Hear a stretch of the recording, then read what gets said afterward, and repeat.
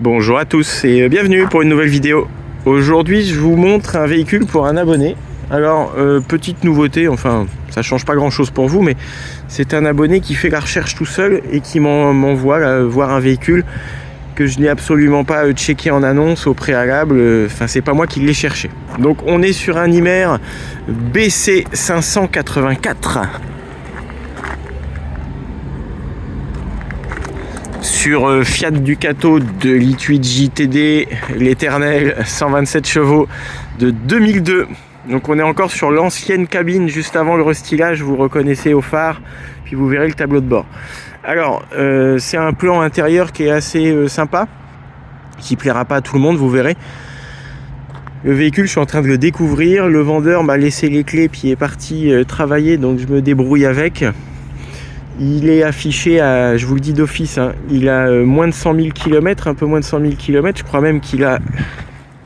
Attendez, on va vérifier ensemble, parce que j'ai un petit trou là, à force de voir des véhicules, les kilométrages, je les retiens pas par cœur. Ouais, c'est ça, 96 000 km, affiché à 18 500 €, ce qui paraît intéressant sur le papier, pour un Imer comme ça, mais il y a des travaux à prévoir dessus. Donc je suis en train de commencer mon tour, on va le faire ensemble à l'extérieur. Déjà, ce que je note au premier abord, il présente bien de loin, mais si on s'approche, pare-choc avant a été repeint à la bombe et mal. Bon, si ce genre de choses, c'est pas forcément un problème. La peinture du pare-choc a débordé sur l'intercouleur derrière, sur la traverse aussi. On a des pneus qui sont neufs, avec des jolis enjoliveurs chromés. Bon. En carrosserie, alors il y a du bon et il y a du moins bon. C'est correct dans l'ensemble, mais on va avoir plein de petits détails. Les arrêtoirs de porte là, de soute qui sont cassés. Ici sur la porte cellule, il n'y en a plus. Les trous sont à l'air libre des deux côtés, donc ça va être à traiter très vite.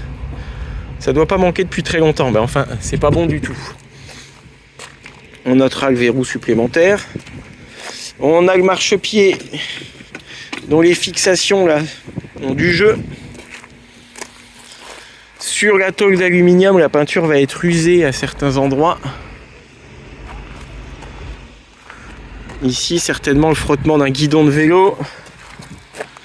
On a un attelage. Le cabochon de feu arrière là qui est cassé avec l'angle du pare-choc.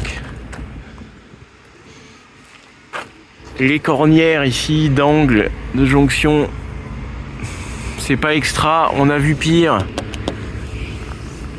C'est quand même un petit peu abîmé. Après au niveau des panneaux, la planalité, tout ça c'est pas mal. Je vois une différence de teinte ici, je pense qu'il a été lustré en partie mais pas totalement. On le voit bien, là c'est brillant et là ça ne l'est plus. Il manque le cabochon de la prise extérieure de 130 volts.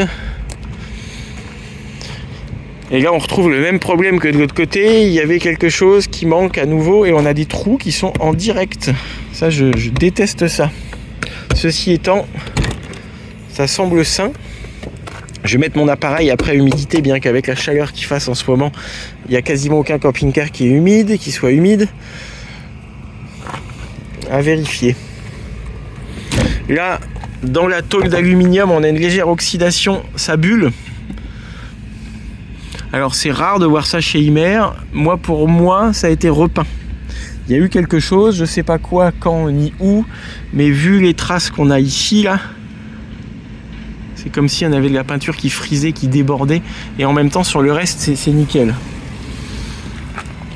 Bon après, l'oxydation d'aluminium, c'est courant, ça se voit. Pas chez Imer, mais ça se voit. Et là, pareil, ici, on va avoir la peinture qui est usée. Ça, c'est un véhicule qui a été trop frotté, trop lustré, je sais pas ce qu'ils ont fait. Ça se voit d'ailleurs, ça déborde là. Ils ont dû tenter des choses.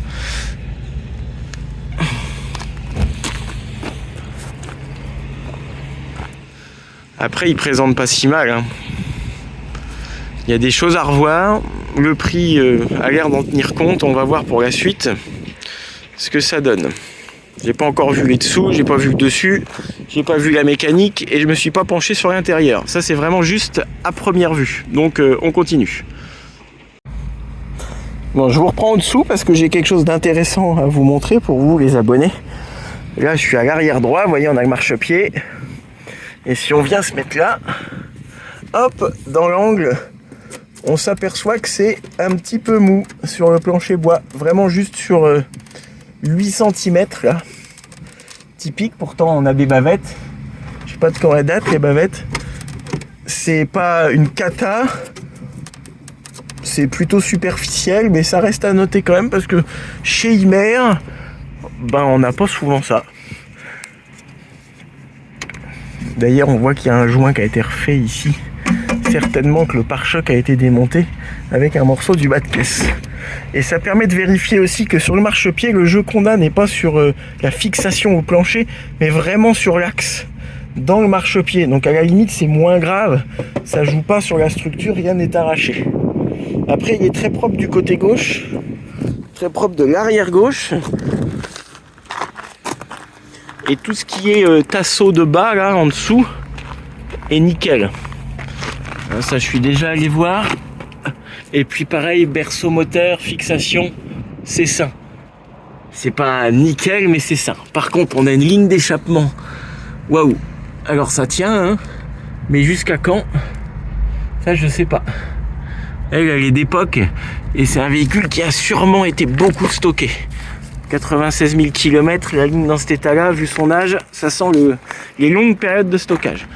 Après, si on vient ici, hop, coffre à gaz, ça c'est un peu moyen. Alors, le papier peint, la tapisserie est abîmée, derrière c'est sain, il manque la grille. C'est pas joli, mais c'est pas une catastrophe. Là, on a des lyres de gaz qui sont périmés simplement depuis, là, qui vont être périmés ou qui le sont déjà, mais on a vu pire. Il est bien au niveau des tasseaux du bas, là. Ça, on n'a pas de souci, rien à dire. Les passages de roue non plus, c'est propre. Après, c'est tout habillé de plastique, hein. Et la traverse avant, celle qui avait reçu son coup de peinture, là, on est tout à fait correct aussi. Pareil sur l'aspect moteur en dessous, en tout cas, ça semble pas avoir été nettoyé pour l'occasion. Donc, en résumé, sur les parties basses, petite attention là derrière.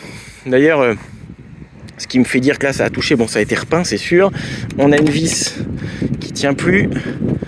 Et là on voit que la baguette a été touchée aussi. Il y a eu une intervention à un moment donné là-dessus.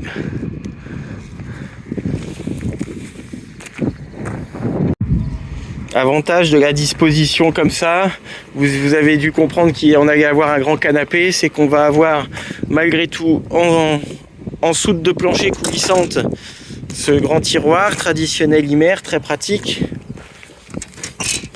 Et au-dessus un accès, petite soute sous le canapé.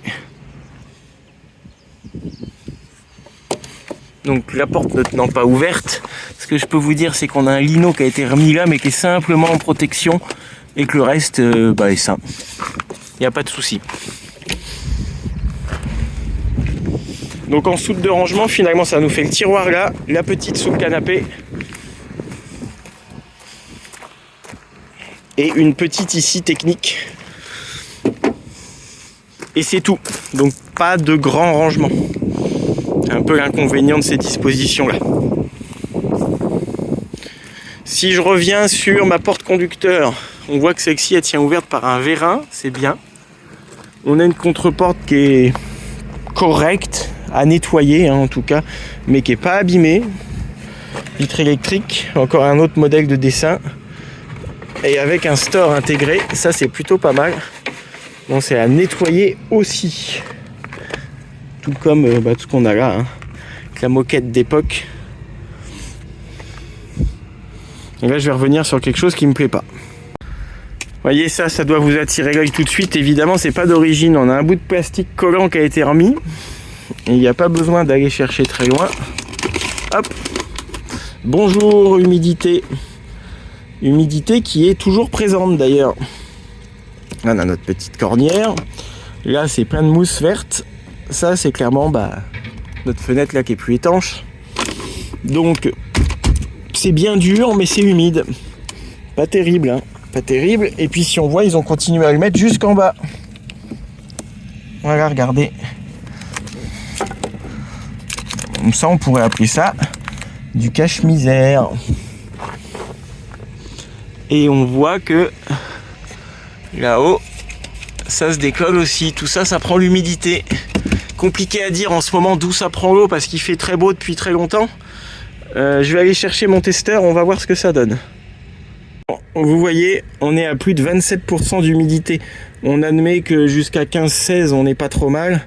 Donc là, on est au-dessus, en sachant qu'il fait très beau et très sec. Bon, qu'est-ce que ça donne sous une grosse averse? Je sais pas. Si je me plante un peu plus loin, à cœur, oula, 31. Ouais, c'est 32. C'est pas génial, hein. Pas génial du tout, même. Ah oui, j'en profite pour tous les donneurs de leçons qui me disent que je fais pas mes tests. Bah, allez vous faire voir, en fait, parce que je vous le dis comme je le pense, hein. Ça, j'y passe sous tous les camping-cars. Même celui à 4500 € qu'on me reproche des choses, là, il y est passé à ce test-là. Il était sec. Moi, après, je suis pas devin, hein, quand il pleut pas et quand tout est sec. Bon, là, clairement, voilà, on a un souci. Je vais aller voir un petit peu plus haut. Non, là, on est à 24. C'est pas formidable. Et on va essayer de faire ensemble la partie basse.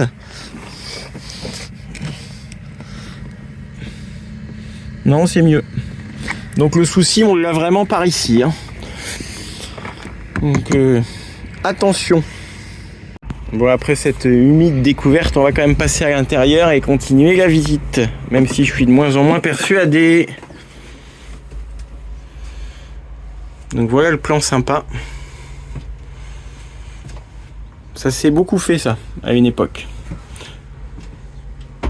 Un 3e siège identique au siège avant, face route. Donc qui nous fait, on va dire, vraiment un véhicule adapté à 3 personnes, mais pas plus. Avec cette grande table style bateau, ou table de travail, qui vient s'étendre. Alors on aime ou on n'aime pas. Grand canapé, ouais, il est vraiment immense, c'est un vrai canapé, hein. Et pour le reste, on retrouve notre style typique Imer. Un grand meuble dessert ici. Grande penderie là. Très grande penderie.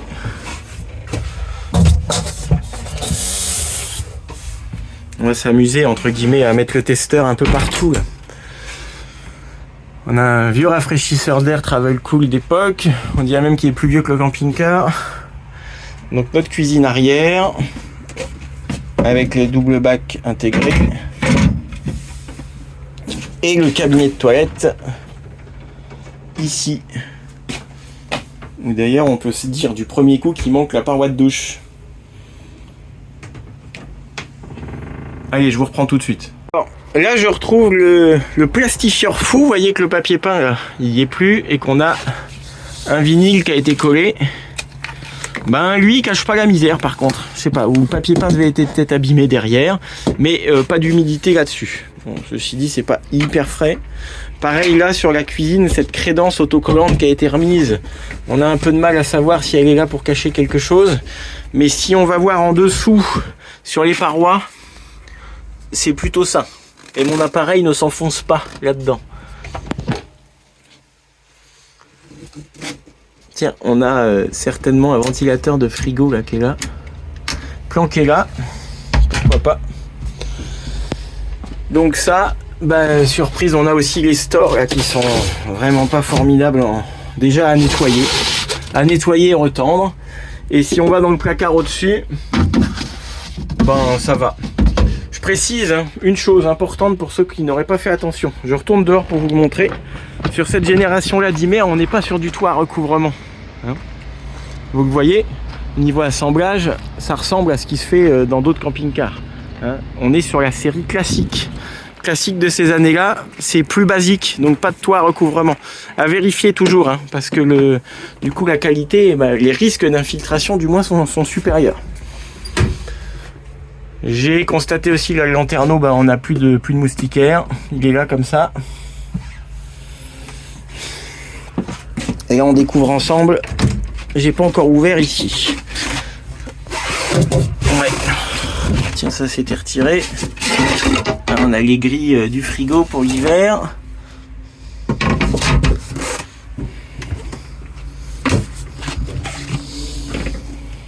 Ouais.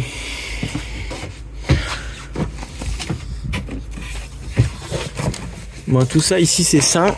Bon, les stores, ils ont besoin d'un bon coup de jeune, hein. C'est clair. Et si on vient par ici,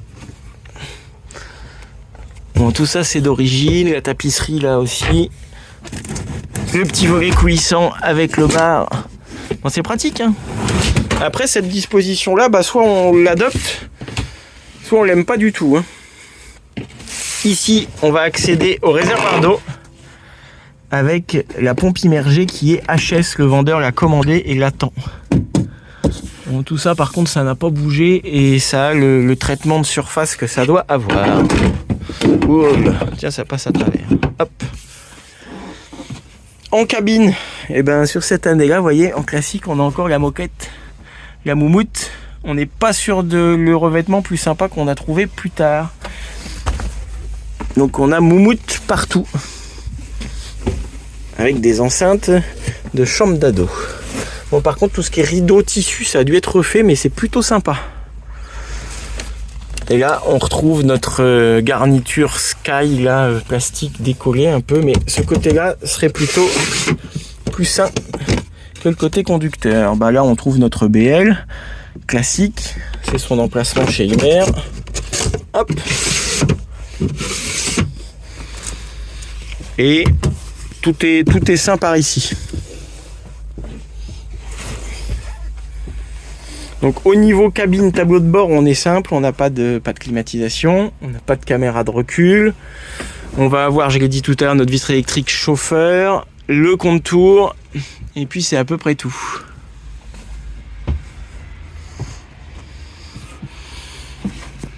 Là, si je retourne dans le cabinet de toilette, j'ai ouvert le lanterneau par rapport à tout à l'heure, donc je confirme bien qu'il n'y a pas la porte de douche et que le mobilier a bien jauni là. Bon, c'est correct au niveau de l'état des parois, on n'est pas fendu, le bac à douche non plus. Ça a potentiellement pas servi depuis un moment. Et ça aurait besoin d'un bon nettoyage.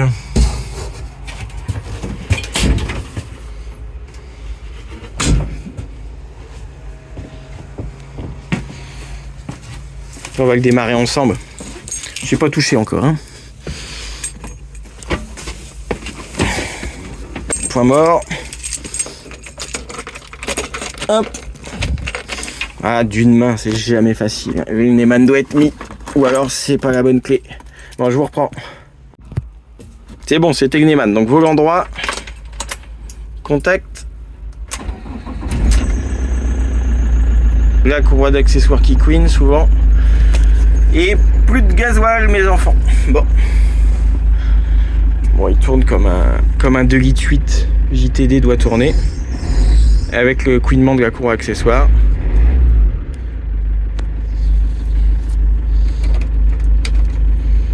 On va le laisser tourner un peu.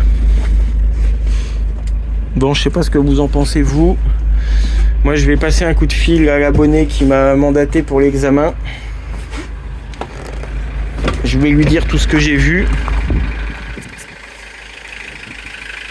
Je suis pas méga emballé, je vous le cache pas. J'ai même pas forcément envie d'aller l'essayer parce que même s'il va bien, mécaniquement parlant, au train roulant, quand même des choses à revoir, hein, beaucoup. Et regardez là en lumière rasante aussi tous les petits coups qu'il s'est pris là. Donc si on a fait la somme de tout ce qui débloque, et là j'ai même pas encore testé les appareils, hein. Je sais pas s'il y a du chauffage, de l'eau chaude, les batteries je connais pas leur état. On va réfléchir, vous aurez le dénouement. Alors je vous reprends. Après l'examen des papiers, il y a quand même quelques documents, les notices, tout ça. Le propriétaire semblait l'avoir depuis 2012. Ça, c'est plutôt une bonne chose. J'ai mis en route le boiler qui est en train de chauffer. À l'extérieur, ça fonctionne, ça sort bien à la cheminée. Là, le frigo est en train de fonctionner au gaz aussi, donc pas de problème. Les ventilateurs marchent bien aussi. Je ne peux pas tester le circuit d'eau de toute façon puisqu'il n'y a pas de pompe à eau, elle est démontée. Le gaz arrive bien à la plaque de cuisson, qui n'est d'ailleurs pas la plaque de cuisson d'origine. Et je vais avoir un peu de mal à tester autre chose puisque j'ai pas d'eau. Donc je risque pas de mettre en chauffe ici. Facticement, il fonctionne. En tout cas, il se met pas en défaut. C'est déjà ça. Mais je peux pas aller plus loin. Bon, je vais appeler l'abonné et puis je vais lui faire le compte rendu de tout ça. Ouais, dans la fin de mes investigations, je vous montre aussi le Grand Classique Imer. Bon, moi, l'avantage de ce véhicule, c'est qu'il cumule les défauts. Vous voyez l'entourage du lanterneau qui est cassé. Ce que je dis toujours, il faut faire attention ça, parce que les pièces sont introuvables ou presque. Donc lui, il est fendu partout. Et si on l'ouvre, hop, je ne l'ai pas fait encore, hein. Je l'ouvre en direct avec vous. On va voir ce qu'on découvre sur les fixations. Hop. Et là, on est plutôt pas mal. Là, on a la double peau qui est un peu abîmée là-bas derrière. Ça s'est fendu. Vous voyez, c'est cassé là, ici. Et sur les vis, c'est fendu aussi. Donc, méfiance, le vieillissement de ce truc-là, même s'il est étanche, il n'y a rien qui dit pas que dans 15 jours, dans un mois, variation de température, changement d'hygrométrie, tout ça, le plastique, tout ça, ça va se fondre. Allez, on referme. Et je pense que je vais conclure la visite sur ça. Voilà. Bon. J'ai eu l'abonné au téléphone. Je lui ai expliqué ce que j'ai vu. Et notamment ce qu'on a découvert ensemble là-bas. Et on va laisser tomber. Donc je vais aller rendre les clés au vendeur. Lui souhaiter bonne chance en lui expliquant ce qu'il y a. Parce que je pense que c'est quelqu'un qui est de bonne foi et tout à fait sympathique par ailleurs. Mais l'abonné, lui, ne veut pas se lancer là-dedans. Sur mes conseils. Voilà, allez, sur ce, je vous souhaite une bonne journée et je vous dis à bientôt, bye bye.